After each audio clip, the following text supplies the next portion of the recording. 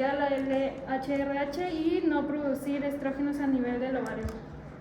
En cuanto a la línea del tiempo, tenemos que el primer medicamento de este tipo que se documentó, que se aprobó en pacientes posmenopáusicas, es el tamoxifeno, fue en 1977. Posteriormente, el primer ensayo fase 3 que se realizó fue en 1986 y posteriormente vinieron los inhibidores de aromatasa, anastrozol, letrozol, exemestano y el fulvestrant, y posteriormente ya la terapia blanco. 2015 el palbociclib, el abemaciclib, ribociclib fueron aprobadas en el 2017 y alpelisib en el 2019.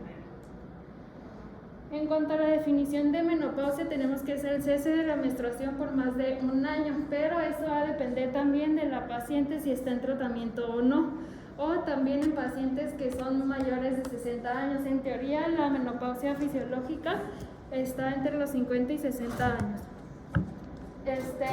En cuanto a la definición de menopausia, son pacientes que han sido llevados a oforectomía bilateral previa, edad mayor de 60 años o una edad menor de 60 años con amenorrea mayor de 12 meses y que no esté tomando pues medicamentos, ni quimioterapia, ni inhibidores ni terapia hormonal, ni bloqueo o supresión ovárica, y que tengan un perfil en el rango de posmenopausia, o pacientes menores de 60 años con amenorrea inducida por quimioterapia pero que tengan el perfil ya de posmenopausia, o pacientes menores de 60 años sin tamoxifeno con igual un laboratorio en rangos de posmenopausia. En cuanto al tratamiento, iniciando con la terapia neoadyuvante, sabemos que la finalidad de esta es llevar a la paciente a cirugía y valorar si es candidata a una cirugía conservadora. El primer estudio que vamos a ver es el IMPACT, que fue un estudio fase 3 realizado fueron captados los pacientes entre 1997 y 2002. Los criterios o los objetivos primarios fueron la respuesta clínica a las 12 semanas y los cambios en el CAIS y la conversión a cirugía conservadora. ¿Cómo se autorizó? ¿Cuáles fueron los métodos de este estudio? Fueron pacientes de posmenopáusicas, receptores hormonales positivos, que un total fueron de 330 pacientes. Estos se llevaron a 3 meses de tratamiento para anastrozol 1 miligramo más placebo, tamoxifeno 20 miligramos más placebo o terapia combinada. ¿Cuáles fueron los resultados aquí?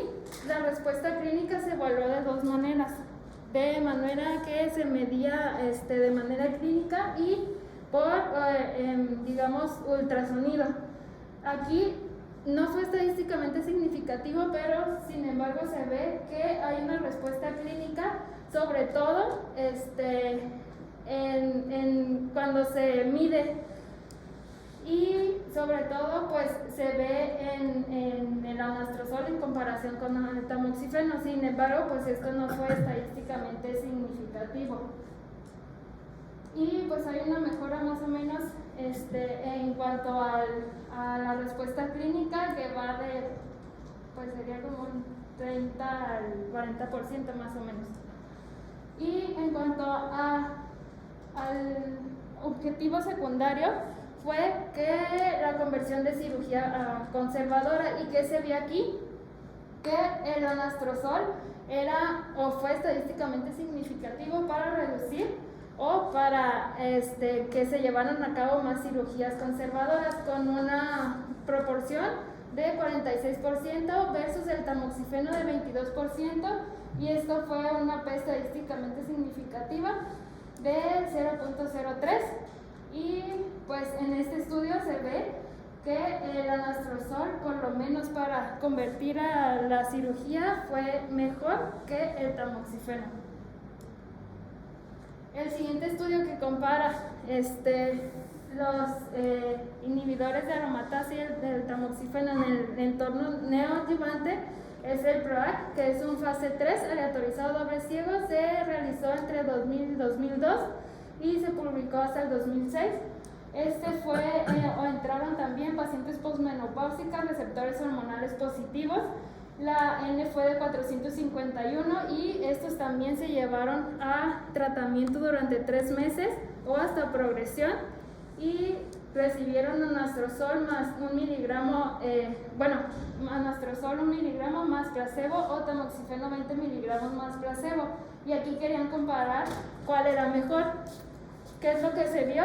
También aquí se vio que la respuesta clínica o la respuesta objetiva también se valoró por ultrasonido y por una medición. En cuanto al anastrozol, fue la respuesta del 39.5 versus 35.4. Esto no fue estadísticamente significativo, sin embargo, si ya nos vamos al cambio de cirugía, de que mejoró la cirugía, sobre todo en pacientes que recibieron estos tratamientos, fue del 43 versus el 30% comparado con el tamoxifeno, y fue mejor para el anastrozol, y esto fue una P estadísticamente significativa. ¿Qué quiere decir? Que hasta ahorita vamos que es mejor el inhibidor de aromatasa en pacientes posmenopáusicas en el contexto neoadyuvante. ¿Y qué otros estudios se realizaron? El primero que se realizó fue el P24, que también valoró, pero aquí valoró el letrozol versus el tamoxifeno. El tratamiento lo llevaron para 4 meses y pues aquí fue el único que sí tuvo una tasa de respuesta objetiva que fue estadísticamente significativo y fue mejor para el letrozol que el tamoxifeno. Y pues también fue para la cirugía. Estos dos ya los vimos y luego querían valorar cuál era mejor, cuál de los 3 inhibidores de aromatasa era mejor. Y para eso realizaron el estudio ACOSO. Fue realizado entre el 2006 y 2009 y fue un estudio fase 2 aleatorizado. ¿Qué pacientes fueron las de esta población? Posmenopáusicas, receptores hormonales positivos con una lesión de al menos 2 centímetros y un ECOG de 0 a 2. Fueron aleatorizados 1 a 1. Hay exemestano 25 miligramos, letrozol 2.5 miligramos y anastrozol 1 miligramo. Esto fue de 16 a 18 semanas más o menos. El objetivo primario fue la respuesta clínica. Los resultados fueron similares y no fueron estadísticamente significativos en comparación del otro. Entonces, conclusión de este estudio fue que los 3 tienen una equivalencia y pues uno no es mejor que el otro. Posteriormente, se quería ver si también era factible realizar esta terapéutica en pacientes premenopáusicas, y para eso se realizó este estudio que fue un fase 3 aleatorizado doble ciego. Se realizó nada más en Japón, pero fueron pacientes premenopáusicas. ¿A qué fueron aleatorizados? Fueron aleatorizados anastrozol más 1 miligramo más goserelina o supresión ovárica versus tamoxifeno más goserelina, y llevaron a tratamiento durante 24 semanas aproximadamente. La tasa de respuesta fue mejor y fue estadísticamente significativo para el inhibidor de aromatasa. Y también se habían estado estudiando inhibidores de CDK 4/6. Sin embargo, pues estos han salido negativos y pues no han entrado todavía al contexto neoadyuvante estos estudios. En el contexto neoadyuvante hay unos índices pronósticos que para valorar la recidiva o la recidiva en cuanto al tratamiento, dependiendo de estos objetivos. El tamaño tumoral, si tiene o no adenopatía, se le da cierto puntaje, dependiendo del valor del Ki67 y dependiendo de los receptores de estrógenos.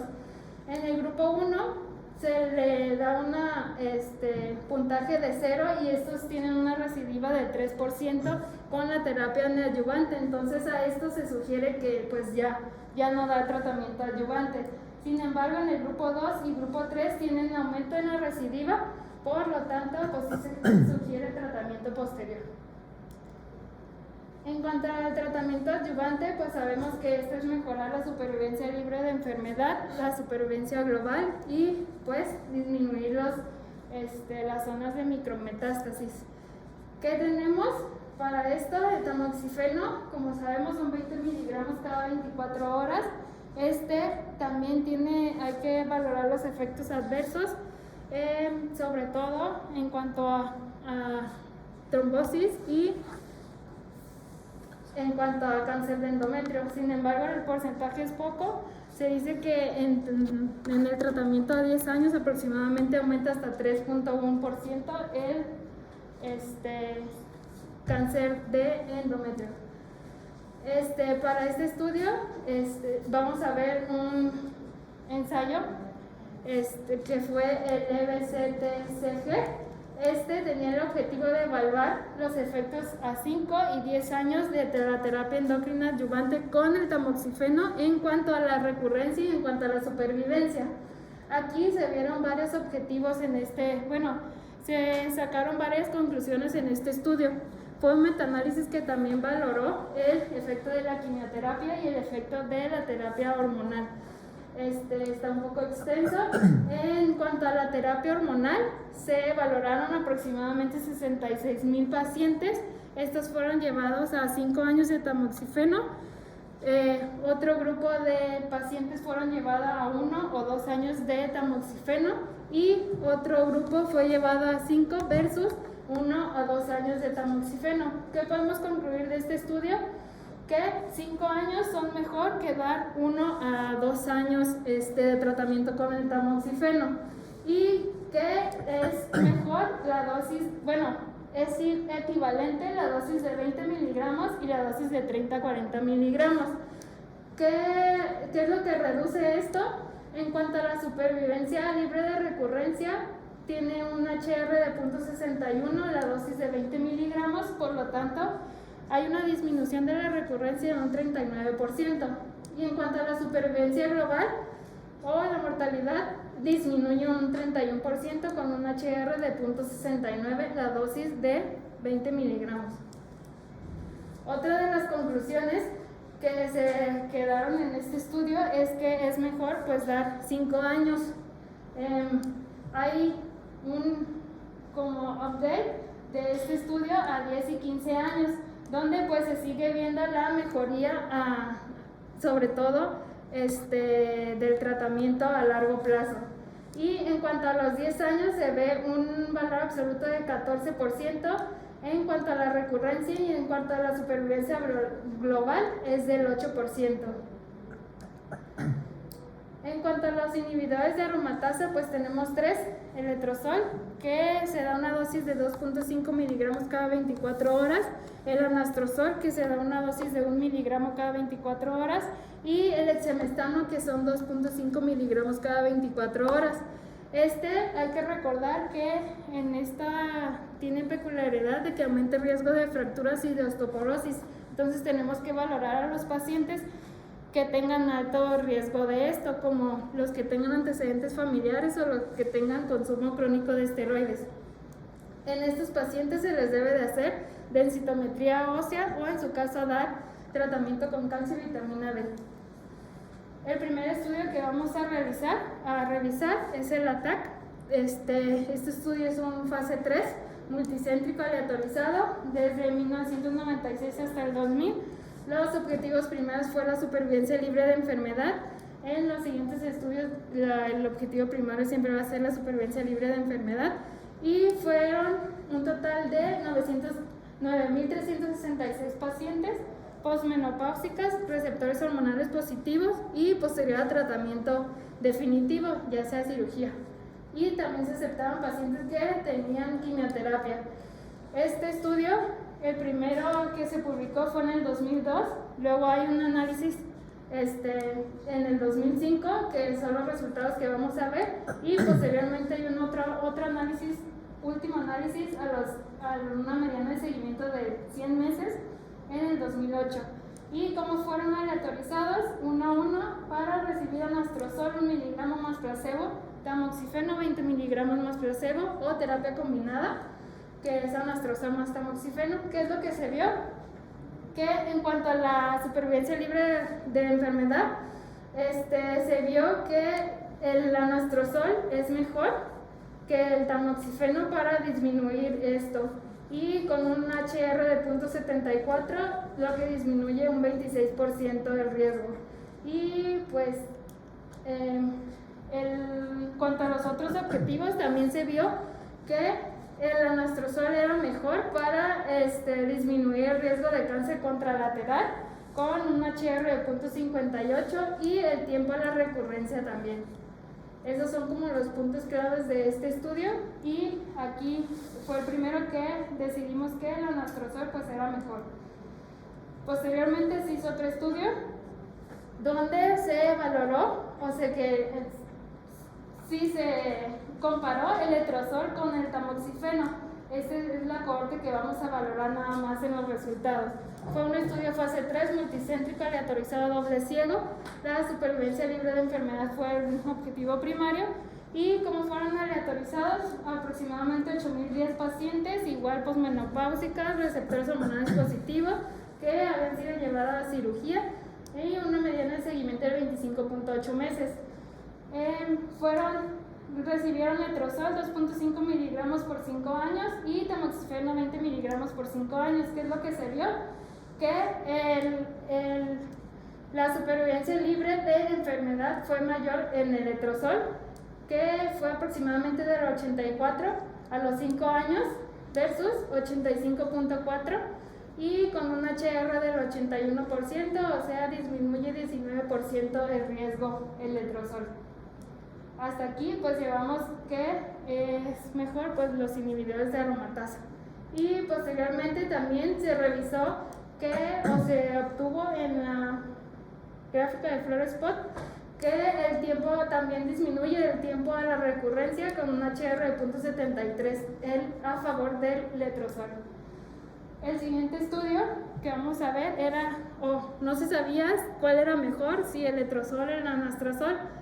Entonces se hizo el estudio FRES, que fue un estudio fase 3, aleatorizado, abierto, multicéntrico. La supervivencia libre de enfermedad fue el objetivo primario. Esta fue a 5 años y pues fue una N de 4.136 pacientes. Fueron pacientes posmenopáusicas. Aquí ya metieron pacientes con ganglios positivos y fueron aleatorizados posterior a 12 semanas de cirugía. El tratamiento se llevó durante 5 años o hasta la progresión o hasta la recurrencia de la enfermedad, y una mediana de 65 meses. Aquí recibieron letrozol 2.5 miligramos versus anastrozol 1.5 miligramos. Que se vio, como vemos en las curvas, no se ve una separación, entonces los dos son equivalentes. También en cuanto a efectos adversos, los dos son equivalentes.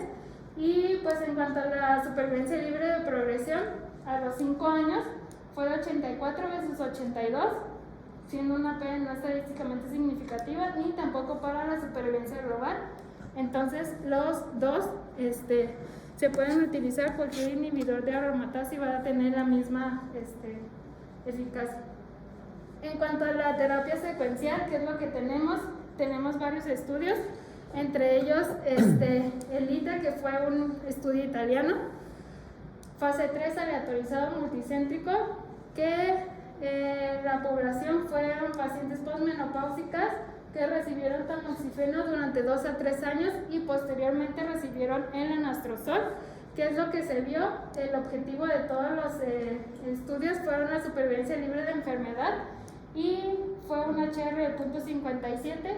En cuanto a la supervivencia libre de enfermedad, aquí me equivoqué, y en cuanto a la supervivencia global fue de 0.56. Más o menos fueron equivalentes, no hay ninguna mejoría en cuanto a dar hacer un cambio o hacer una terapia secuencial. Posteriormente se vio o comparó el tamoxifeno con el exemestano también a 5 años y fue un HR mejor para el exemestano que para el tamoxifeno solo o el tamoxifeno a 5 años. Y pues nada más. También en este contexto de la terapia secuencial se quería valorar si cuál era mejor de los 3 inhibidores de aromatasa o era mejor hacer el switch o dejar el tratamiento un tratamiento durante 5 años. Se hizo este estudio que es un fase 3 multicéntrico aleatorizado doble ciego del 2007 al 2012. Se valoró la supervivencia libre de enfermedad y en cuanto a los objetivos secundarios fueron la supervivencia global, que se estudió ¿cuántos pacientes fueron estudiados? 3.697 y fueron pacientes posmenopáusicas. Fueron 6 grupos a estudiar. El primero fue anastrozol, 1 miligramo por 5 años, exemestano por 5 años, letrozol por 5 años y a hacer el switch de tamoxifeno 2 años con el anastrozol, el exemestano y el letrozol. ¿Qué es lo que se vio? Que en cuanto a hacer el switch a los 5 años no se vio una diferencia en la supervivencia libre de enfermedad con una supervivencia o los pacientes estaban vivos sin enfermedad a 88.5 versus 89.8. Esto no fue estadísticamente significativo y fue un HR de 0.89. Y en cuanto a la supervivencia global, estamos igual, si ven las curvas pues no se separan. Sin embargo, aquí mencionan que diferencia de 1 sí fue estadísticamente significativo y un HR de 0.72. Entonces, aquí no hay ninguna diferencia en cuanto a hacer el switch. Y es válido y está en las guías, aunque ahorita las vamos a ver, las recomendaciones de primero tamoxifeno y después anastrozol o al revés. Y también tenemos que valorar la tolerabilidad, los efectos secundarios y pues también el precio. En cuanto a la terapia extendida, el estudio que valoró primero esto fue el estudio Atlas, que fue un estudio fase 3 internacional, fue llevado de 1996 al 2005 y valoró la seguridad, la recurrencia y la supervivencia global.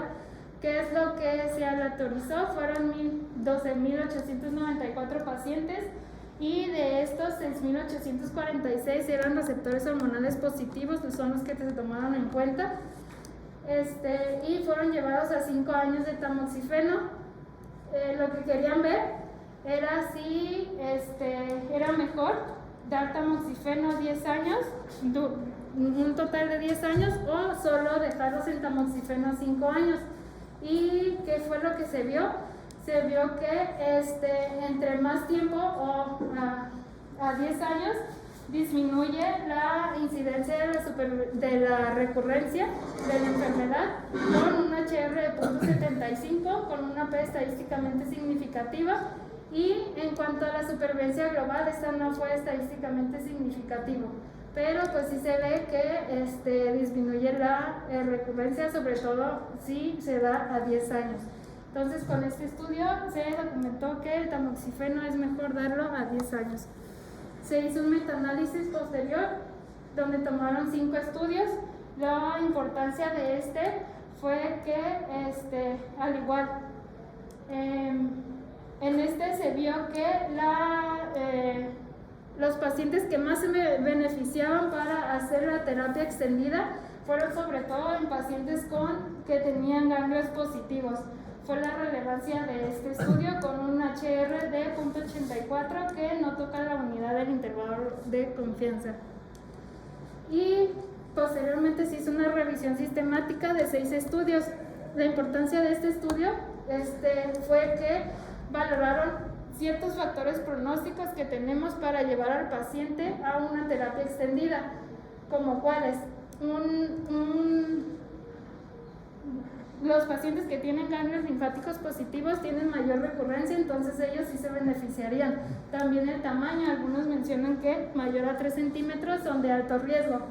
Y el grado también se ve sobre todo los pacientes que tienen alto grado, y aquí los pacientes que tienen receptores de estrógenos bajos tienen mayor riesgo de recurrencia, y los pacientes que tengan un luminal red light también tienen una mayor recurrencia a los 5 años.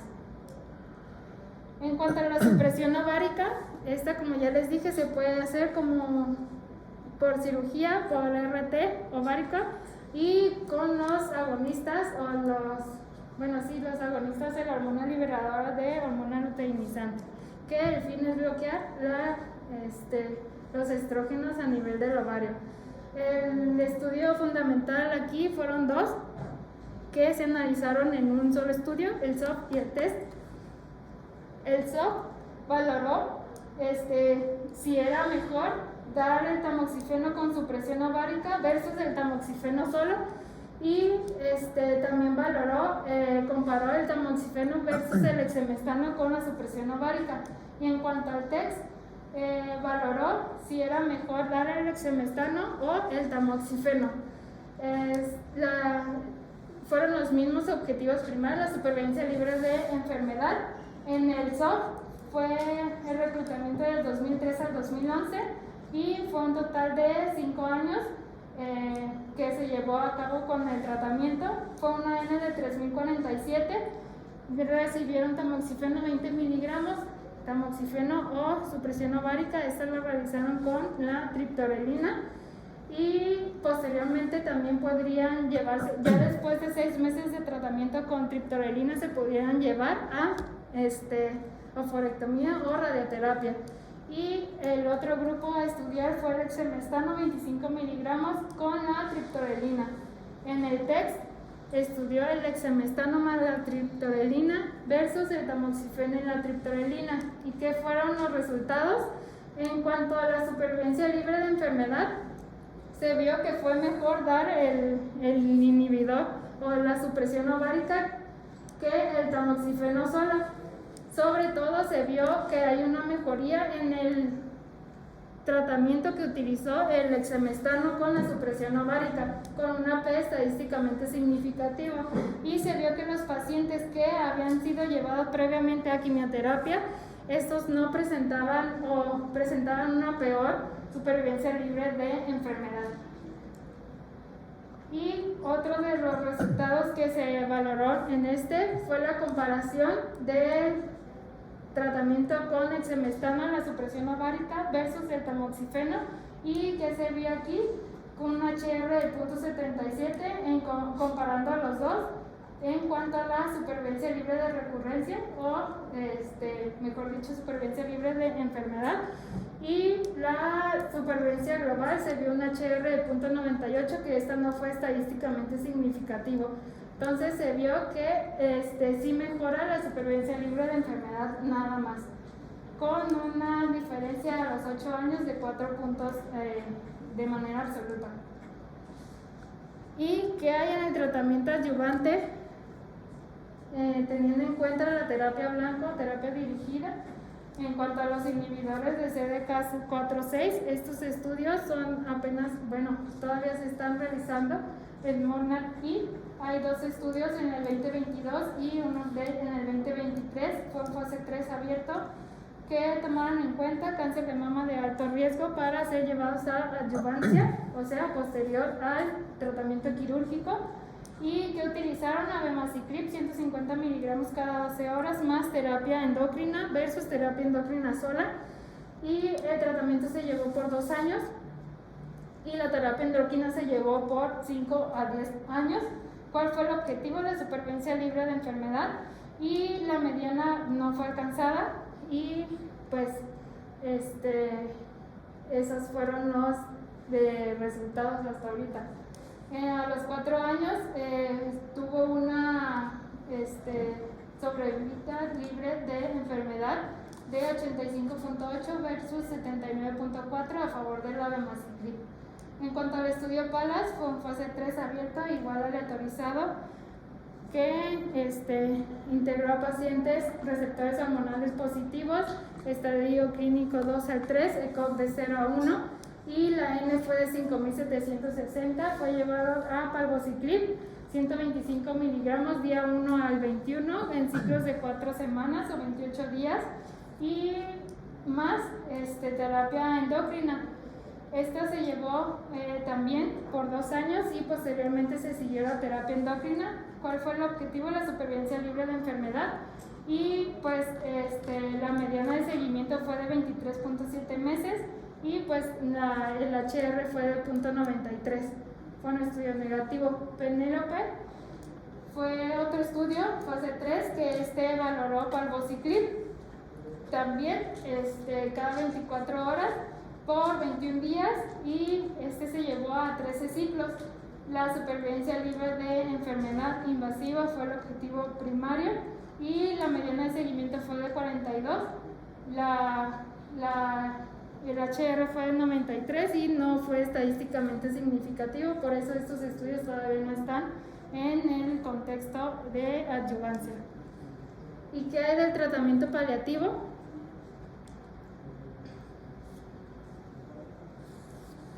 Aquí, como menciona las guías de NCCN, como primera línea tenemos a categoría 1 un inhibidor de CDK4/6 más un inhibidor de aromatasa. Sobre todo el ribociclib lo ponen como categoría 1 y también entra un inhibidor de CDK4/6 más fulvestrant, y entra el ribociclib más abemaciclib. Ahorita vamos a ver los estudios que hicieron, que validaron para que estuvieran en primera línea.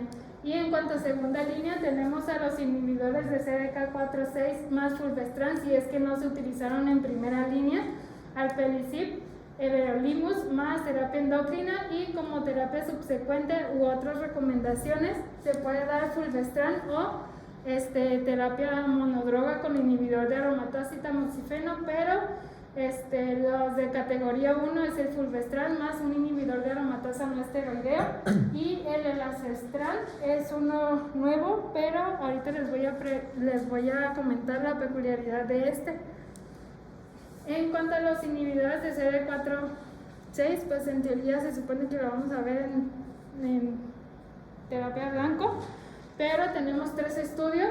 El Paloma 2, que se publicó en el 2016, que fue con palbociclib.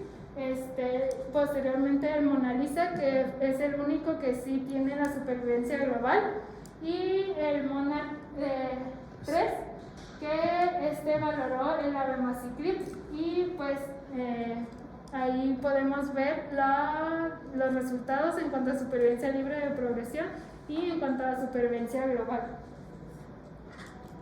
En cuanto estos son en el contexto de pacientes posmenopáusicas.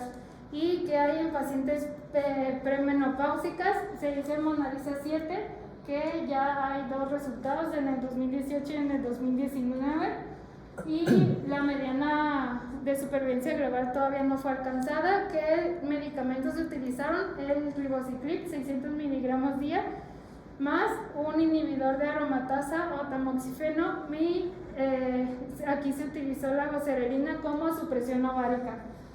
¿Qué es lo que se vio? La supervivencia libre de progresión, pues sí fue mejor para ribociclib, con una mediana de 23.8 meses y una P estadísticamente significativa con un HR de 0.55, lo que disminuye un 45% de la supervivencia libre de progresión. Y en cuanto a la supervivencia global, no ha sido alcanzada. La tasa a los 42 meses es de 70 versus 46, pero la mediana todavía no ha sido alcanzada. ¿Y qué hay con los inhibidores de CDK4/6 más fulvestrant? Hay 3 estudios también. El Mona Lisa 3, que utilizó ribociclib, el Paloma 3, que utilizó palbociclib, y el Mona 3, que utilizó abemaciclib, en contexto con el fulvestrant. Y al igual, en cuanto al Mona Lisa, pues fueron pacientes postmenopáusicas, recibieron ribociclib más fulvestrant y placebo versus fulvestrant. La supervivencia libre de progresión fue de 20 versus 12 y esta sí fue estadísticamente significativo. Fue mejor dar terapia con ribociclib más fulvestrant, por eso es categoría 1 en las guías de NCCN. Y la tasa a los 42 meses fue de 57 versus 45 con un HR de 0.72. En cuanto al Paloma 3, como ya les comenté, recibieron palbociclib más fulvestrant versus placebo más fulvestrant.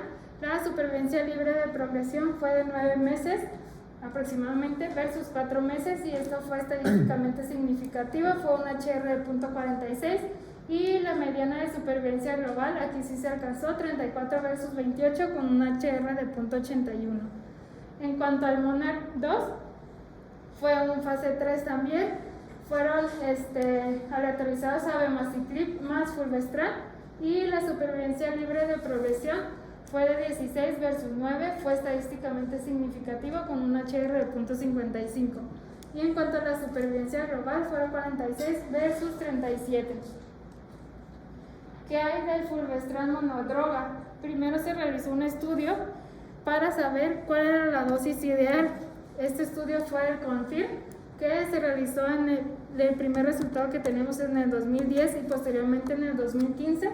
Fue un estudio de fase 3 doble ciego multicéntrico aleatorizado. Se llevó a cabo o entraron pacientes postmenopáusicas con receptores hormonales positivos y estas habían tenido previamente tratamiento con inhibidores de aromatasa. ¿Cuál fue la intervención? Fulvestrant, 500 miligramos, día 0, 14 y 28, posterior ya se daba cada 28 días. Y la dosis de 250 miligramos cada 28 días. ¿Cuál fue mejor? Fue mejor la dosis de 500 con una supervivencia libre de progresión de 6.5 meses versus 5.5 meses. Fue una diferencia de un mes, sin embargo sí fue estadísticamente significativo. Y en cuanto a la supervivencia también fue mejor para la dosis de 500. Posteriormente se valoró cuál era mejor, si el fulvestrant al anastrozol o si era, mejor dicho, no era inferior el fulvestrant a los inhibidores de aromatasa y por eso se hicieron estos dos estudios y salió que no eran estadísticamente significativos y el fulvestrant no fue inferior al utilizar el anastrozol. Entonces por eso está en segunda línea el fulvestrant como en las guías. ¿Qué hay del fulvestrant más los inhibidores de aromatasa? Se han hecho muchos estudios, sin embargo han salido negativos. El único que ha salido positivo fue el SOP, que fue un estudio abierto aleatorizado, 1 a 1 multicéntrico. Fue la población postmenopáusica con receptores hormonales positivos y fue en primera línea.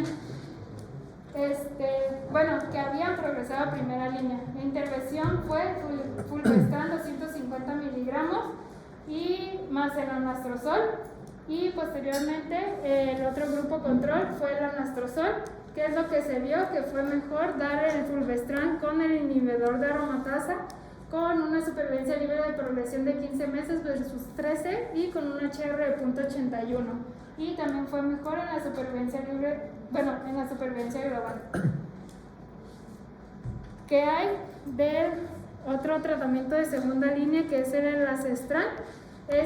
Se da sobre todo cuando hay mutación, como ya vimos en la clase de Dianita, para los receptores hormonales puede haber una mutación y en las que se vuelven resistentes a esta terapia endocrina, la ESR1, y por eso se estudió este tratamiento del elacestrant y se da vía oral 400 miligramos al día versus monoterapia endocrina, en la que el médico haya decidido, ya sea un inhibidor de aromatasa o un fulvestrant, y se vio que la tasa de supervivencia libre de progresión a 6 meses fue mejor para el elacestrant que para la monoterapia con un inhibidor de aromatasa o el fulvestrant. Y también, aunque no fue estadísticamente significativo, pero fue mejor o numéricamente es mejor la supervivencia global para el elacestrano. Por eso está en segundas líneas cuando pues ya se aumenta la mutación ESR. ¿Qué hay para la vía PI3K y mTOR? Se utilizaron dos medicamentos, o están aprobados dos medicamentos. Uno, el everolimus, que se aprobó con el exemestano en el estudio Bolero 2, y el erpelicib, que se aprobó en el SOLAR 1. ¿Cuál fue el Bolero 2? Fue un estudio fase 3 en posmenopáusicas receptores hormonales positivos que ya habían progresado a tratamiento con inhibidores de aromatasa, y se aleatorizaron everolimus más exemestano versus exemestano más placebo, que es lo que se vio, una supervivencia libre de progresión mayor para el everolimus con el exemestano, con un HR de 0.43.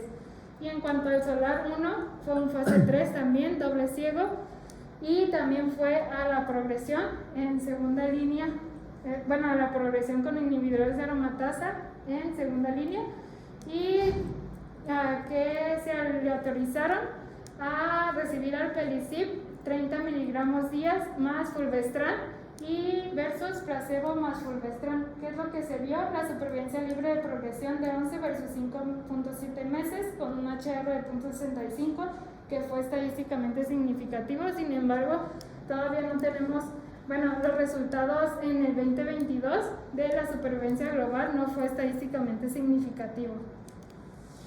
¿Qué es lo que dicen las guías? En cuanto al tratamiento neoadyuvante, pacientes posmenopáusicas, se prefiere el inhibidor de aromatasa. En cuanto al tratamiento adyuvante en pacientes posmenopáusicas, se puede dar y están como categoría 1, esto también dependiendo del perfil de toxicidad, del costo y de las posibilidades de la paciente, de dar un inhibidor de aromatasa por 5 años, o dar tamoxifeno 2 a 3 años, y posteriormente, cuando la paciente ya se vuelva posmenopáusica, cambiar o hacer el switch a un inhibidor de aromatasa para completar 5 años. En pacientes con alto riesgo se sugiere llevar hasta 10 años. ¿Qué hay en pacientes premenopáusicas? Pues se debe de dar el mismo tratamiento, pero con supresión ovárica. Y en el contexto metastásico, pues ya los mencionamos, de primera línea y como categoría 1, ribociclib más un inhibidor de aromatasa, o fulvestrán más ribociclib o abemaciclib. Y pues ya dependiendo las segundas líneas de lo que recibió previamente y de si se encuentra la mutación o no. Y eso sería todo, no sé si tengan alguna pregunta.